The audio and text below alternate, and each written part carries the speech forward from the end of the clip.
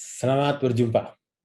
Saya adalah Menaldi Rasmin dan saya bertemu dengan Anda sekarang untuk tugas dari Universitas Indonesia menemui Anda menyampaikan pengantar tentang MPKT. Tentu sebaiknya saya perkenalkan dulu diri saya kepada Anda. Ini adalah saya dan semoga dengan perkenalan ini Anda dapat merasa menjadi lebih dekat dengan saya dan kita bisa ketemu lain waktu untuk berdiskusi tentang banyak hal. Kita di mana saja bisa mendiskusikan banyak hal. Saudara-saudara sekalian yang saya banggakan dan saya cintai, saya ditugaskan oleh Universitas Indonesia untuk menyampaikan pengantar tentang MPKT pada Anda semua. Ini adalah awal dari tahun pembelajaran Anda di Universitas Indonesia. Lulus sekolah menengah atas. Lalu, ya, pada hari itu kita masih gembira, tapi setelah itu segera tentu kita akan mulai dengan sebuah kebingungan baru. Kemana kita selanjutnya? Apakah minat saya dapat ditampung? Di mana yang menampung saya? Apa kata orang tua? Bolehkah saya memilih sekolah di luar dari tempat saya tinggal bersama mereka selama ini? Apakah kemampuan saya cukup untuk sampai di situ? Jurusan apa sebaiknya untuk saya? Dan berbagai pertanyaan banyak sekali. Jangan lupa Indonesia begini luas, perguruan tinggi begini banyak, pilihan begitu banyak, tapi tetap saja pasti ada kebingungan di antara semua itu. Saya tahu dan saya harap Anda tidak mengalaminya, tapi ya, terima kasih. Anda sudah memilih bergabung bersama saya, bergabung bersama kami semua di Universitas Indonesia. Universitas Indonesia adalah universitas tertua di Indonesia. Dia memiliki 3 kampus besar, di kampus Depok yang Anda kenal itu, kampus Salemba, silakan Anda pergi ke sana untuk melihatnya karena di situ juga luas, dan kampus Cikini. Luas kampus Depok adalah 320 hektar kira-kira dan hanya 25% yang digunakan untuk aktivitas pembelajaran dan aktivitas kemahasiswaan. Sedangkan sisanya 75% lebih banyak digunakan sebagai lahan hijau. Ada 6 danau di dalam kampus yang hebat ini. Universitas Indonesia ini berasal dari sejarah panjang, yaitu tahun 1849 ketika dibuka pendidikan Sekolah Dokter Jawa di Jalan Abdurrahman Saleh. Ada gedungnya, silakan Anda jalan-jalan ke sana untuk Anda lihat di Jakarta Pusat dekat Stasiun Gambir.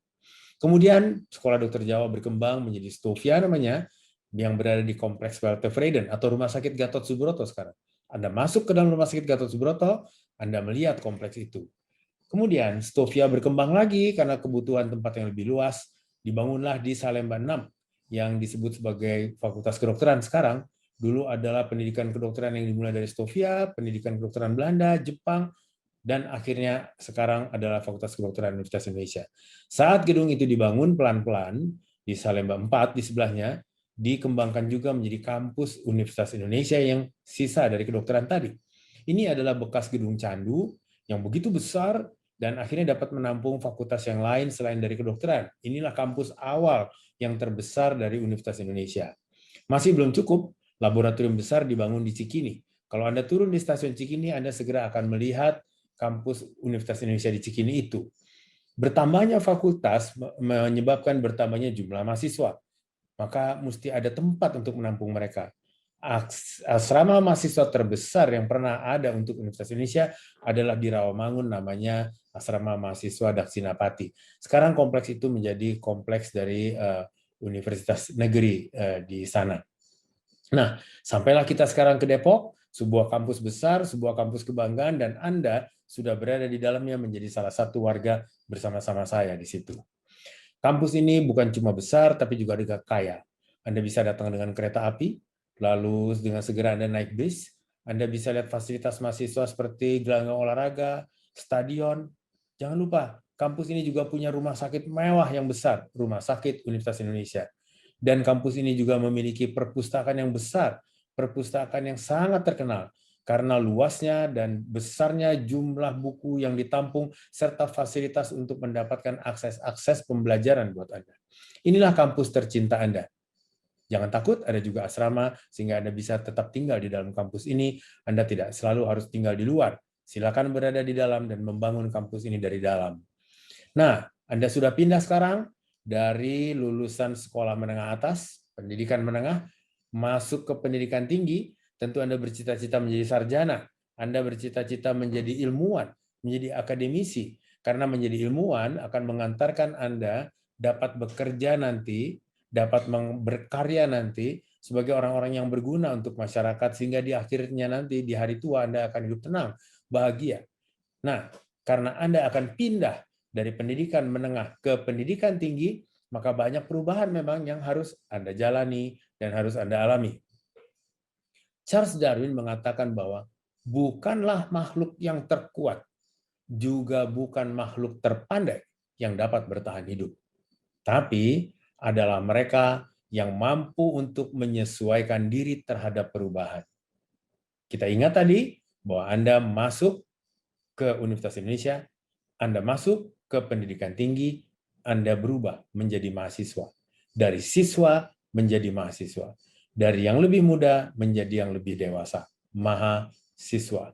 Ini membawa perubahan yang banyak sekali. Misalnya, Anda mesti mengerti bahwa sebuah perguruan tinggi memiliki tridharma, yaitu tugasnya melakukan pendidikan pada Anda, pada semua orang, melakukan penelitian, dan Anda juga terlibat di dalamnya nanti, juga melakukan pengabdian kepada masyarakat. Anda juga terlibat di dalamnya. Dengan melibatkan diri pada penelitian, Anda menjadi seorang pembelajar yang tidak pernah berhenti. Dengan melibatkan diri Anda pada pengabdian kepada masyarakat, maka semua ilmu dan kemampuan Anda juga dirasakan manfaatnya bagi masyarakat, meskipun Anda masih mahasiswa. Inilah sebuah pendidikan tinggi yang dilakukan oleh orang-orang yang memang akan menjadi pemimpin di masa depan bagi masyarakatnya. Oleh karena itu, ketika Anda menjadi mahasiswa, jangan lagi berpikir bahwa Anda akan bersandar pada orang tua Anda untuk minta tolong supaya nilainya dibantu, untuk minta tolong supaya jangan tinggal kelas atau jangan disuruh remedial. Tidak ada lagi itu. Anda adalah mahasiswa di sebuah perguruan tinggi dan mengikuti sebuah pendidikan tinggi. Semuanya sudah tinggi, maka Anda juga harus dengan sikap-sikap yang lebih tinggi untuk menyelesaikan semua masalah, bahkan persoalan yang Anda hadapi sehari-hari. Saudara-saudara sekalian, Anda mesti mengenal istilah ini. Anda sudah menjadi mahasiswa sekarang, apa itu sivitas akademik dan apa itu mahasiswa. Sivitas akademik adalah dosen dan mahasiswa. Kalau untuk Universitas Indonesia, maka sivitas akademika UI adalah dosen dan mahasiswa Universitas Indonesia. Dosen adalah pendidik. Pendidik profesional dan ilmuwan dengan tugas utama adalah menyampaikan, memindahkan, mentransformasikan, mengembangkan, dan menyebarluaskan ilmu pengetahuan dan teknologi yang didapat dari buku, dari dunia luar, dari para pakar di tempat lain, dari manapun sumbernya, melalui pendidikan, melalui penelitian, dan pengabdian kepada masyarakat, dan untuk kepada Anda diabdikan juga kepada masyarakat. Mahasiswa adalah Anda, yaitu peserta didik pada jenjang pendidikan tinggi di Universitas Indonesia. Yang harus Anda kenal juga adalah tenaga kependidikan. Anda harus menghargai dan menyayangi mereka. Mereka adalah anggota masyarakat yang mengabdikan dirinya dan diangkat dengan tugas utama untuk menunjang penyelenggaraan dan pengelolaan Universitas Indonesia. Tiga ini, pendidik, peserta didik, dan tenaga kependidikan adalah tumpuan dari perguruan tinggi, dari Universitas Indonesia untuk membawa nama besar universitas ke tengah-tengah masyarakat. Ada juga istilah yang disebut sebagai warga UI. Warga UI adalah sivitas akademika, tenaga kependidikan, ditambah anggota Majelis Wali Amanat Universitas Indonesia. Saudara-saudara sekalian, Forum Ekonomi Dunia bahkan pada tahun 2017 sudah meminta agar kemampuan mahasiswa pada abad ke-21 adalah dalam 4 hal. 1, mempunyai pemahaman dasar, kemampuan pemahaman dasar, literasi dasar dalam hal baca-membaca, apapun, terutama tentu yang berkaitan dengan pengembangan keilmuan Anda. Yang kedua adalah pemahaman tentang numerik, angka. Angka bukan cuma sekedar kali, bagi, tambah, dan kurang, tetapi harus diramu menjadi sebuah statistik, nilai yang dapat Anda pakai untuk memperhitungkan, menduga, dan mengantisipasi ke depan apa yang akan terjadi. Juga harus mempunyai literasi dasar dalam bidang ilmiah. Karena Anda mahasiswa, tentu keilmiahan harus menjadi sebuah hal yang sangat penting bagi Anda. Teknologi informasi dan komunikasi, kemampuan tentang finansial, Tidak bisa kita sebagai ilmuwan hanya tahu harus ada, hanya tahu harus memiliki, mendapatkan, tapi kita tidak pernah berhitung berapa besar biaya yang dibutuhkan untuk itu. Kita harus tahu itu. Dan terutama kita harus mempunyai literasi dasar tentang budaya dan kemasyarakatan. Karena kita juga adalah anggota masyarakat dan kita adalah juga makhluk yang berbudaya. Kita harus paham itu. Yang kedua adalah kompetensi. Kompetensi tentang pemikiran kritis, kompetensi bagaimana mengubah pemikiran kritis tadi menjadi sesuatu, itu namanya penalaran. Kompetensi yang menghasilkan orang-orang yang mempunyai kreativitas, Anda harus mempunyai kreativitas yang baik, yang tinggi, yang berguna, bermanfaat bagi masyarakat. Kompetensi untuk melakukan komunikasi yang baik, dan jangan lupa kompetensi untuk berkolaborasi. Kita tidak bisa hidup sendirian, manusia adalah makhluk sosial, kita harus memiliki teman, kita harus memiliki orang lain di sekitar kita untuk mengembangkan apa yang kita miliki.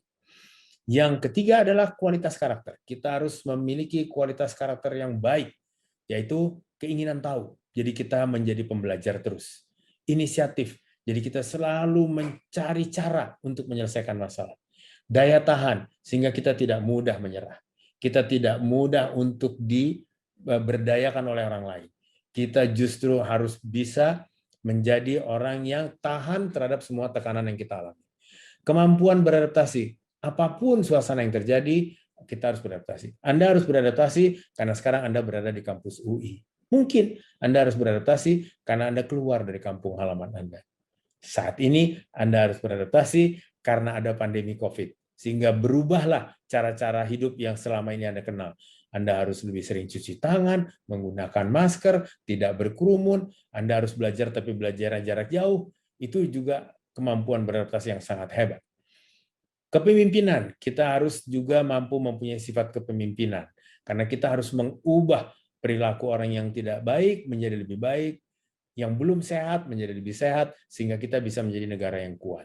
Kepedulian sosial, kita harus peduli pada lingkungan kita tidak bisa hidup sendiri, dan juga kita harus memiliki karakter yang berbudaya, sebagaimana disebutkan di atas. Jangan lupa, mahasiswa juga melatih dirinya, agar nanti setelah selesai pun kita akan menjadi seorang pembelajar sepanjang hayat. Tidak pernah berhenti, karena hanya menjadi seorang pembelajar sepanjang hayat, kita akan tetap bisa bertahan di dalam kehidupan yang makin berat. Saudara sekalian, kita adalah manusia Indonesia dan kita hidup di alam Indonesia. Kita tahu bahwa kita sangat kaya dengan budaya. Ada 600 kelompok etnik di Indonesia dan bahasa sedikitnya 700 bahasa lokal yang kita satukan menjadi satu bahasa Indonesia. Ada 6 agama resmi di negara ini. Dan kita lihat alam kita begitu kaya. Bukan cuma pemandangannya yang indah, tapi lihat isi yang terkandung di dalamnya. Kaya sekali. Kita punya banyak mineral, kita punya banyak bahan-bahan dasar yang semua dibutuhkan untuk kehidupan orang di berbagai belahan dunia ini. Sehingga kita tidak heran ketika orang mau menjajah kita. Kita tidak heran ketika orang ingin menggali bawah tanah kita. Kita sebenarnya yang harus tahu, harus arif menjaganya, dan harus arif memperlakukan semuanya dengan baik. Mampukah manusia Indonesia memadu dan mengelola semua kekayaan ini untuk kesejahteraan bangsa dan untuk masyarakatnya secara arif? Ada pada tangan Anda, karena Anda adalah mahasiswa yang akan menjadi pemimpin masa depan.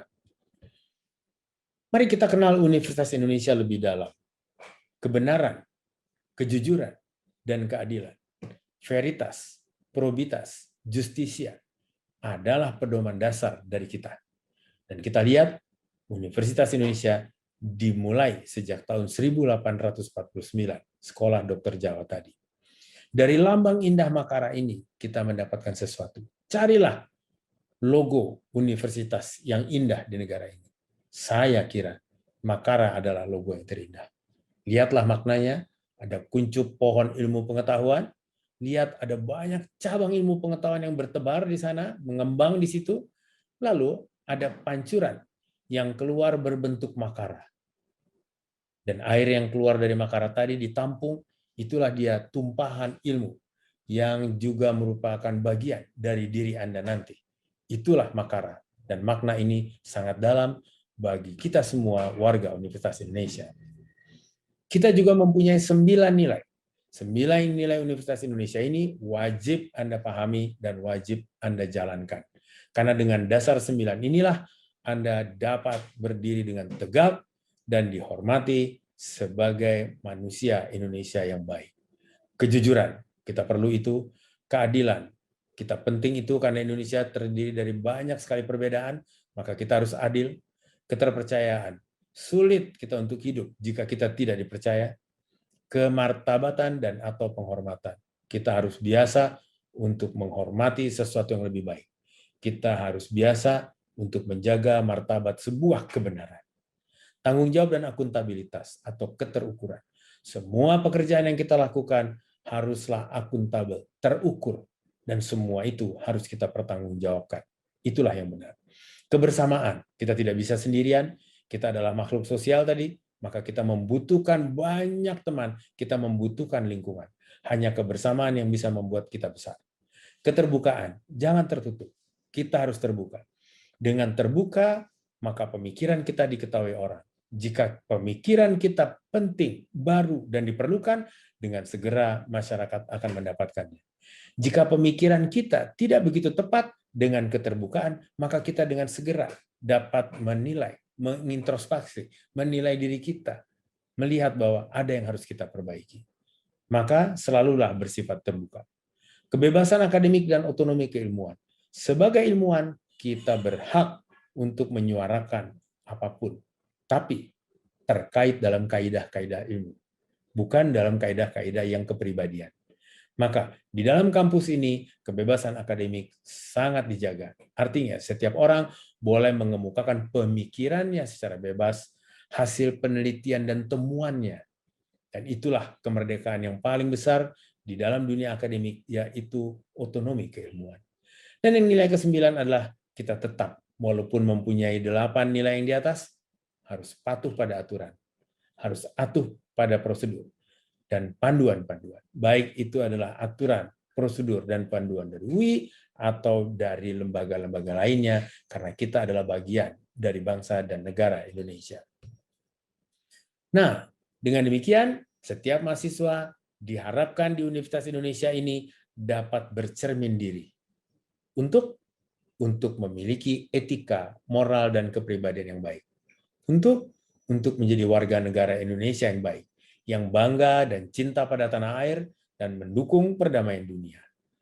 Untuk mampu bekerja sama, memiliki kepekaan tinggi terhadap masyarakat dan lingkungan. Kita harus menjaga lingkungan. Kalau lingkungan kita baik, kita akan tetap hidup sehat dan aman.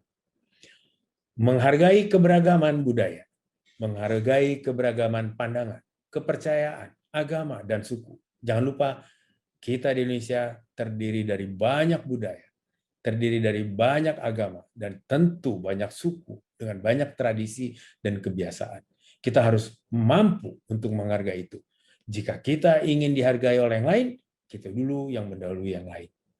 Menghormati sistem kerja alam tempat kita tinggal ini. Jangan kita kacaukan. Biarkan alam ini hidup untuk menjaga kita, dan kita untuk menjaga alam. Kedua ini harus bekerja sama agar kita bisa hidup damai, kuat, sejahtera, dan bahagia sampai akhir nanti. Kita harus bertanggung jawab untuk mengelola alam dan lingkungan ini.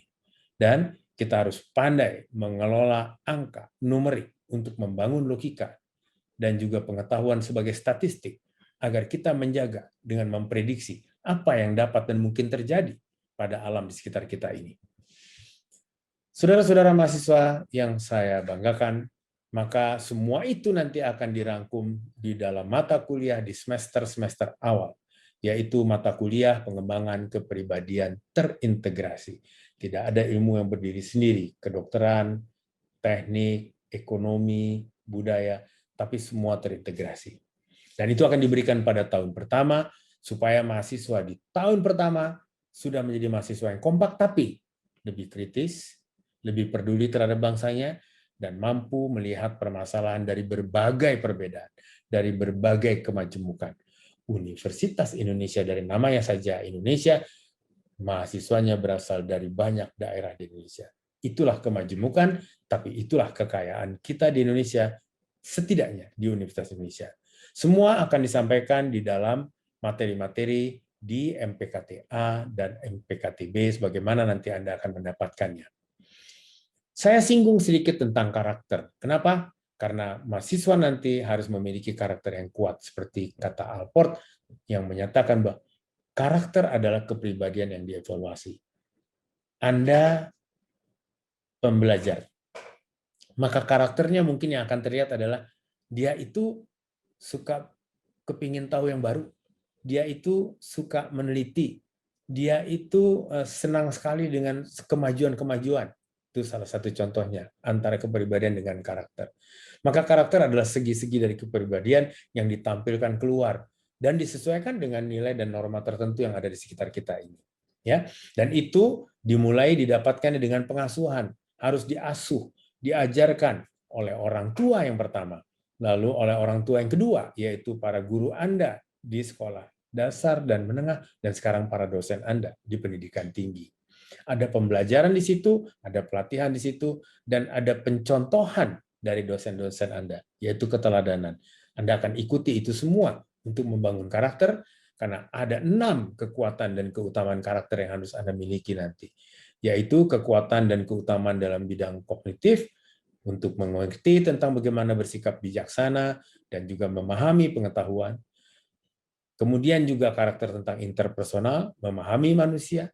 Emosional, Anda harus juga mampu misalnya bersikap satria, harus berani bertanggung jawab tadi, dan harus juga mempunyai karakter tentang sebagai seorang warga negara, ya. Juga tentang karakter spiritual. Anda juga harus menguasai kesemuanya ini dengan sangat baik agar kita bisa membuat karakter kita menjadi hebat. Dan demikian juga dengan pengendalian diri sebagai mahasiswa, kita harus mulai belajar untuk memaafkan dan mengampuni orang lain. Jangan anggap orang selalu berbuat salah, kita pun bisa berbuat salah. Jadi, kendalikan diri kita. Lalu, selalu mencari dan berbuat dengan rendah hati. Dan selalu berhati-hati. Karena, sekali lagi, bukan cuma orang yang bisa salah di mata kita. Kita pun bisa salah di mata orang. Dan lebih baik kita untuk mencoba agar kita berhati-hati dari membuat kesalahan-kesalahan yang tidak perlu. Begitu juga dengan etika dan moral. Etik selalu akan mengembangkan 4 dasarnya. Memberikan hal-hal yang menguntungkan yang baik buat orang lain, menghindari hal-hal yang tidak baik atau berbahaya pada orang lain, selalu harus berbuat adil pada orang lain, dan memberikan kebebasan pada orang lain untuk memilihnya.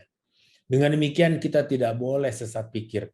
Kita harus berpikir berdasarkan kaidah-kaidah tentang apa yang baik, apa yang patut. Jangan kita mulai melatih pemikiran kita dengan cara-cara berpikir yang salah. Karena jika itu kita lakukan terus-menerus, kita biasakan terus-menerus, kita akan sampai kepada sebuah dilema di awalnya. Kemana saya mesti jalan? Ke kiri, ke kanan, atau terus? Dan itu tidak mudah. Dilema sehari-hari Anda sudah terjadi.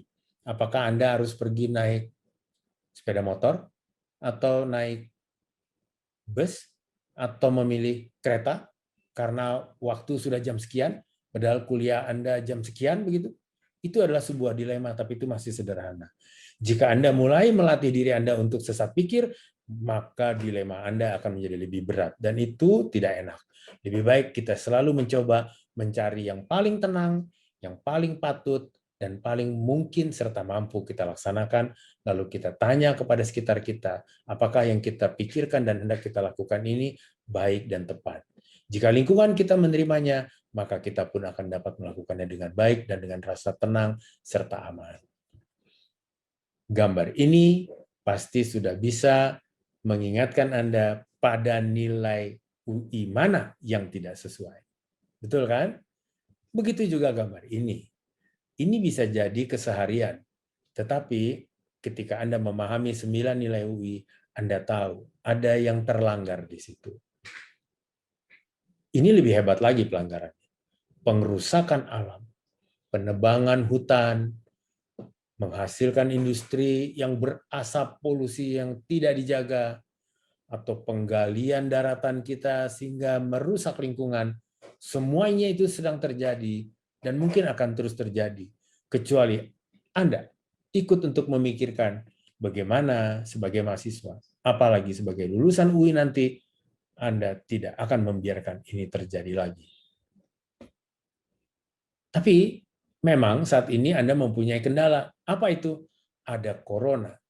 Corona adalah penyakit yang disebabkan oleh virus, tapi datangnya sebagai pandemi. Artinya dia menyebar ke seluruh dunia. Seluruh. Endemi, penyakit yang menyebar dengan cepat dan luas. Dan kalau sudah penyakit yang menyebar cepat luas itu berarti di seluruh dunia. Kita tidak terhindar dari situ. Bukan cuma di Indonesia, bukan cuma di Pulau Jawa, bukan cuma di Depok, di UI juga begitu. Maka salah satu gangguan Anda atau tantangan Anda barangkali adalah untuk melakukan pembelajaran jarak jauh. Dan pembelajaran jarak jauh ini harus dilakukan dengan cerdas. Anda harus pandai memilah mana yang harus Anda tangkap, karena yang lain barangkali berupa hoax, yang lain berupa berita-berita atau informasi yang tidak tepat, informasi yang menyesatkan. Misalnya pada COVID ini saja, ada yang disebut makanlah buah ini atau pakailah kalung ini, maka Anda akan sehat. Maka Anda sebagai mahasiswa UI tahu, itu adalah hoax. Pembelajaran jarak jauh tidak akan membuat Anda berubah. Pembelajaran jarak jauh tetap membuat Anda mampu menjalankan 9 nilai UI.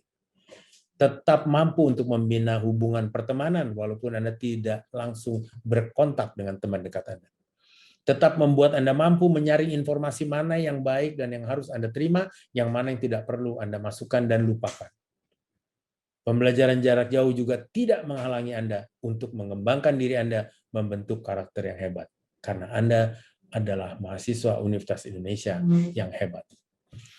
Saudara-saudara sekalian, mari kita memulai tahun ajaran di Universitas Indonesia.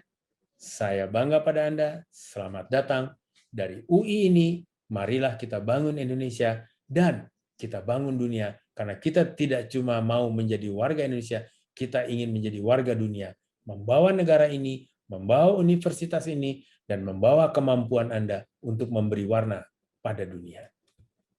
Kibarkan terus panji alma mater, dan jadilah mahasiswa UI yang hebat, membanggakan, dan dicintai masyarakat.